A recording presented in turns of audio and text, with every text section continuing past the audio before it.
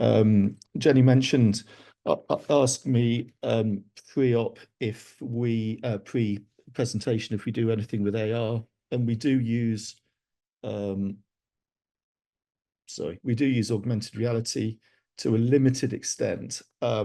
This isn't something that is routine by any means, but I'll show you one example of a case where we did use that. This was a little dog with bilateral antebrachial deformities. As you can see, one side is worse than the other. It's quite a cute little fella.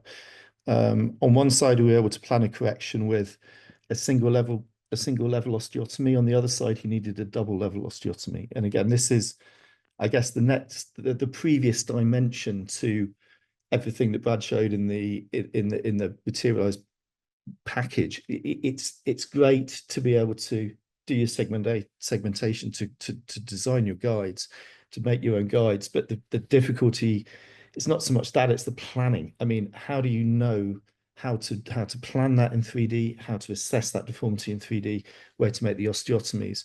And this is the bit that, this is what I do full time now, is basically plan these corrections. And it's difficult and it's a complex thing, and something that contributes enormously to the outcome in these cases. So when we use the AR, we partner with a company called Amadisk in the UK. This was developed, this technology, by a human surgeon called Adgande. He's a phenomenal surgeon, super guy, and he helps us create the integration between our 3D modeling and the AR systems that you need to actually translate these techniques into surgery. So again, the first step is to create an animation, very much like what I showed you for the previous cases. But what Amadisk will then do is take that into the AR software and systems. They use a HoloLens, and I'll show you how it looks for the surgeon.